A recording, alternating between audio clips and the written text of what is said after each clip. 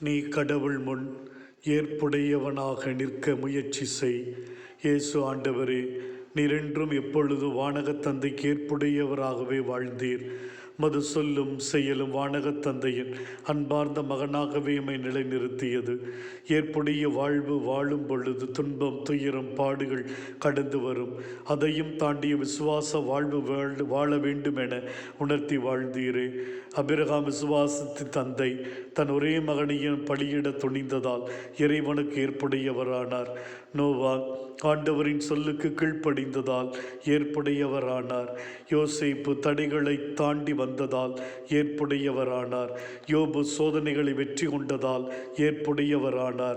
சகேயன் தன் பாவங்களை ஏற்றுக்கொண்டதால் ஏற்புடையவரானார். ஆயக்காரன் தன்னையே தாழ்த்தி கொண்டதால் ஏற்புடையவரானார். சூசை தேவ வார்த்தைக்கு கீழ்ப்படிந்து அர்ப்பணித்ததால் ஏற்புடையவரானார். மரியா அடிமையைப் போல கையளித்ததால் ஏற்புடையவரானார்.